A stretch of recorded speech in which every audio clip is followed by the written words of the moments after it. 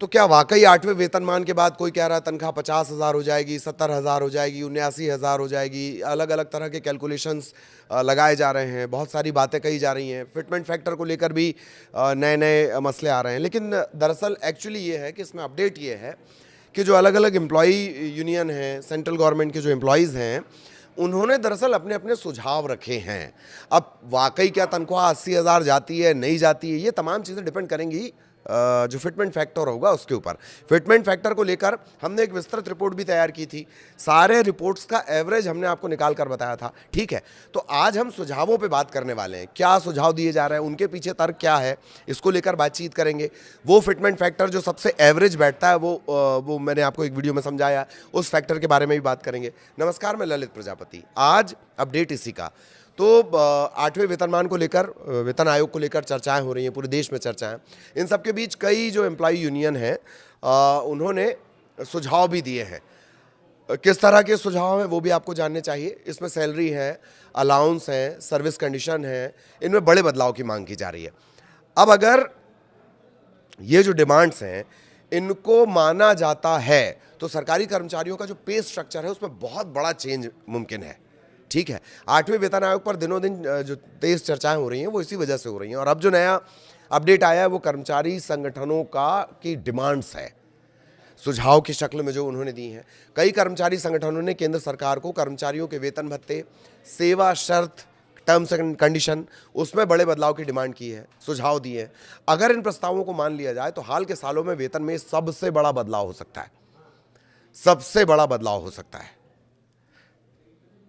वेतन भत्ते जो हैं उनको लेकर भी डिमांड आई है कि केंद्र शासित प्रदेशों के सरकारी शिक्षकों का प्रतिनिधित्व करने वाला संगठन है, क्या है, PSNM, प्रगतिशील शिक्षक न्याय मंच, उसने वेतन भत्तों के पूरे फ्रेमवर्क में बदलाव की मांग की है। अपने मेमोरेंडम में संगठन ने लेवल 1 के कर्मचारियों के लिए न्यूनतम मूल वेतन 50,000 से 60,000 करने की मांग की है। 7वें वेतन आयोग का जो मौजूदा वेतन था वो कितना था, 18,000 रुपए, उसे 50 से 60,000 करने की डिमांड की जा रही है। और क्या क्या प्रस्ताव आए वो भी जान लीजिए। जो ये यूनियन है जिसका हमने नाम लिया, टीचर्स यूनियन, ये 2.62 से 3.83 के बीच का फिटमेंट फैक्टर चाहती है। फिटमेंट फैक्टर फिलहाल कितना है, 7वें वेतन आयोग में कितना था, 2.57 था। इसके अलावा ये चाह रहे हैं 6 से 7% की एनुअल इंक्रीमेंट की भी डिमांड है, जो फिलहाल कितनी है, 3%। ये 3% से दोगुने से भी ज्यादा है। 6 से 7% एनुअल इंक्रीमेंट की डिमांड की जा रही है। संगठन के अनुसार ये बदलाव बढ़ती महंगाई के साथ तालमेल बिठाने के लिए बहुत ज़्यादा ज़रूरी है। इन बदलावों के चलते आय में सही मायने में बढ़ोतरी सुनिश्चित करने में मदद मिलेगी। अच्छा, जो PSNM है, जो संगठन है, वो कुछ स्ट्रक्चरल रिफॉर्म की भी सिफारिश करता है, ठीक, कि भाई थोड़ा सा स्ट्रक्चर जो है उसमें भी बदलाव होना चाहिए, मतलब एक ही ढर्रे पर नहीं चलना चाहिए। जैसे एग्जाम्पल क्या, महंगाई भत्ता जब 50% तक पहुंच जाए तो उसे मूल वेतन में मिला देना चाहिए और DA के कैलकुलेशन को उससे और ज़्यादा सटीक बनाया जाए। जैसे 58% DA था, 7वें वेतन आयोग की बात कर रहे हैं, फिर सरकार ने अभी अप्रैल में ऐलान किया वो 60% पहुंच गया। इनका कहना है कि जैसे ही 50% पहुंचे आप उसको बेसिक सैलरी में जोड़ दो, ठीक। चिल्ड्रन एजुकेशन अलाउंस में भी काफ़ी बढ़ोतरी की डिमांड की जा रही है। मौजूदा समय ये 2,800 रुपये, कह रहे हैं 7,000 रुपये प्रति माह प्रति बच्चा इसे किया जाए। ज़्यादा भत्ते, ज़्यादा फायदे की डिमांड की जा रही है। भत्तों के मामले में शिक्षकों का जो संगठन है वो हाउस रेंट अलाउंस HRA को मौजूदा 10 और 20% से बढ़ाकर 10, 20 और 30 से बढ़ाकर 12%, 24%, 36% करने का प्रस्ताव देता है। 10, 20, 30, अब क्या बोल रहे हैं, 12, 12 दूनी 24, 12 तेरह 36, ये 3 स्लैब। ट्रांसपोर्ट अलाउंस को बढ़ाकर कम से कम 9,000 रुपये करने की सिफारिश की गई है। इसमें DA से जुड़े अतिरिक्त बदलाव भी शामिल होंगे।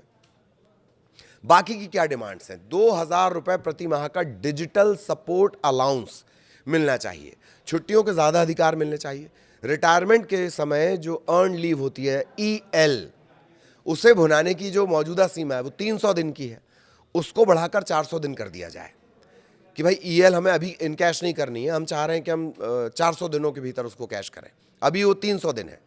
इसके अलावा पीएसएनएम ने पुरानी पेंशन योजना ओपीएस को बहाल करने की मांग की है, ग्रेच्युटी की सीमा को बढ़ाकर 50 लाख रुपए तक करने, ग्रुप इंश्योरेंस कवरेज को बेहतर बनाने और ज़्यादा बार प्रमोशन देकर करियर में तेजी से आगे बढ़ने की मांग की है। हालांकि इन मांगों को देखकर लगता है, क्या आपको लगता है ऐसा? आप कमेंट में बता देना कि ये मांगे मानी जाएंगी। ठीक, वेतन में 4 गुना बढ़ोतरी की डिमांड की जा रही है। एक और जोरदार प्रस्ताव, ये किसकी तरफ से आया? एक और संगठन है, भारतीय प्रतिरक्षा मजदूर संघ, BPMS। वो कह रहा है कि मिनिमम बेसिक पे में 4 गुना बढ़ोतरी करके इसे 72,000 कर दिया जाए। पिछला संगठन क्या कह रहा था? 50 से 60,000 कर दो। ये कह रहा है कि 72,000 रुपए कर दिया जाए।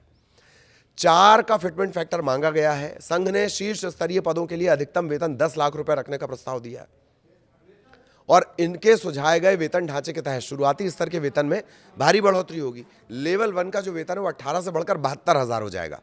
दूसरे संगठन की हम बात कर रहे हैं, 18 से बढ़कर 72 हो जाएगा। हायर लेवल पर वेतन उसी अनुपात में बढ़कर 18 पर लेवल 18 पर कितना हो जाएगा? 10 लाख रुपए तक पहुंच जाएगा।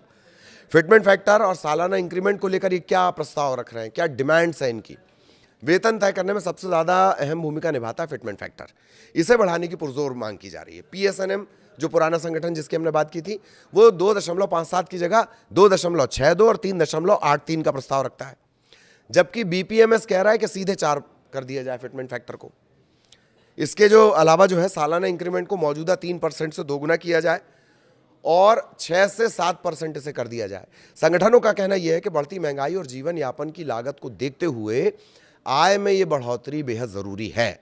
इसके अलावा जो महंगाई भत्ता है उसे 50% तक पहुंचने पर बेसिक में मर्ज कर दिया जाए। ये मांग भी दोहराई गई है। ये हमने आपको बताया है। अभी जैसे 7वें वेतन आयोग का महंगाई भत्ता चल रहा है वो 60% पहुंच गया।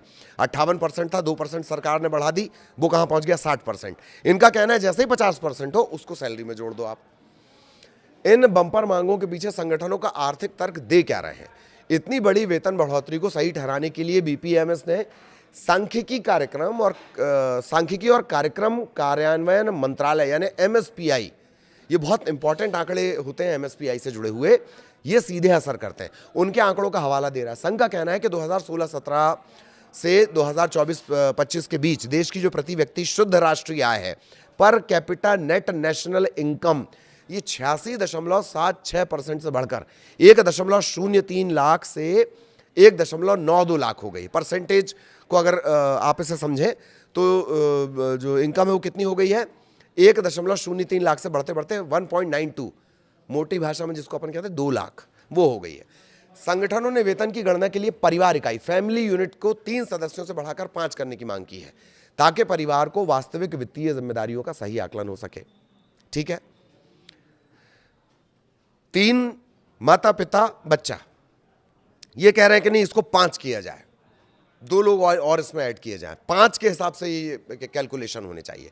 तर्क ये कि वेतन बढ़ोतरी को आय बढ़ोतरी के साथ जोड़ने के लिए पारदर्शी ट्रांसपेरेंट व्यवस्था बनेगी, ये तर्क दिया जा रहा है। ये हमारी खबर का एक पहलू हो गया जिसमें हमने आपको बताया कि फिटमेंट फैक्टर को लेकर किस तरह की बातें आ रही, डिमांड किस तरह की जा रही है। अभी जो फिटमेंट फैक्टर है 7वें वेतन आयोग का, वो कितना है? वो है 2.57। अब क्या वाकई लगता है ये फिटमेंट फैक्टर सबसे इंपॉर्टेंट है? ये मैं आपको कई वीडियोस में बता चुका हूं। एक और महत्वपूर्ण बात जान लीजिए कि जो फिटमेंट फैक्टर है उसका सीधा असर, ये जो सैलरी बढ़ाई जाएगी, भत्ते बढ़ाए जाएंगे, इसका सीधा असर सरकार की सेहत पर भी पड़ेगा। सरकार की सेहत को, आर्थिक सेहत को भी देखना बहुत जरूरी है। फिस्कल डेफिसिट पर इसका असर पड़ता है और उस असर के चलते क्या वाकई ये जो लंबा चौड़ा डिमांड की जा रही है वो होगा 50,000 से 60,000 सैलरी लेवल 1 की, या 72,000 सैलरी लेवल 1 की करने की बात की जा रही है? तो लेवल 18-20 तक जाते जाते क्या हो जाएगा? लाखों का वेतन हो जाएगा। ठीक है, तो अब अगर एवरेज की बात कर ली जाए, कुछ दिनों पहले जो हमने वीडियो बनाया हमने उसमें तमाम चीज़ों को, सरकार का क्या स्थिति है, वित्तीय स्थिति कैसी है, क्या वो फिटमेंट फैक्टर हो सकता है, अलग अलग जो रिपोर्ट थी, चाहे वो मीडिया संस्थानों की रिपोर्ट हो, चाहे वो बैंक से जुड़े रिपोर्ट्स हों, आर्थिकी से जुड़ी रिपोर्ट है, उसका अगर एनालिसिस करने के बाद एक एवरेज निकाला जाए तो वो फिटमेंट फैक्टर 1.89 के करीब करीब पहुंचता है। उसके हिसाब से हमने कैलकुलेशन भी आपको बताए हैं कि वो सैलरी को करीब करीब पहुंचा देता है 43,000। 18 को वो 40 से 43,000 पहुंचाता है। 1.89 का फिटमेंट फैक्टर, और ये कॉमन पड़ता है। 2.57 का जो फिटमेंट फैक्टर दिया गया पिछले बार 7वें वेतन आयोग में, वो बम्पर बढ़ोतरी में से एक है। लेकिन एवरेज अगर देखा जाए, जो अलग अलग अनुमान आ रहे हैं, यहां तो डिमांड जो की जा रही है वो 2.5 से 3 करने की जा रही है। एक संगठन तो कह रहा है फिटमेंट फैक्टर को 4 कर दो, लेकिन फिटमेंट फैक्टर का गणित ये कहता है, सबका अगर एवरेज मिला लिया जाए अलग अलग संस्थानों का, जैसे पॉलिटिक्स में आप सुनते हैं पोल ऑफ पोल्स, तो ऐसे ही रिपोर्ट्स ऑफ रिपोर्ट को अगर देखा जाए, उसका एक एवरेज निकाला जाए, तो वो 1.90 के आसपास फिटमेंट फैक्टर पहुंचता है, और उसके हिसाब से लेवल 1 की सैलरी पहुंचती है 43 के आसपास, जो अभी तक प्रैक्टिकली सबसे करीब लगता है। अब क्या इस पे होता है, सरकार इन सुझावों को मानती है, नहीं मानती है, क्या फिटमेंट फैक्टर तय किया जाता है, क्या स्ट्रक्चर में भी कोई तब्दीली की जाती है, इसके लिए तो भाई इंतजार करना होगा। आगे भी जो अपडेट होगा वो हम आप तक पहुंचाएंगे। नमस्कार।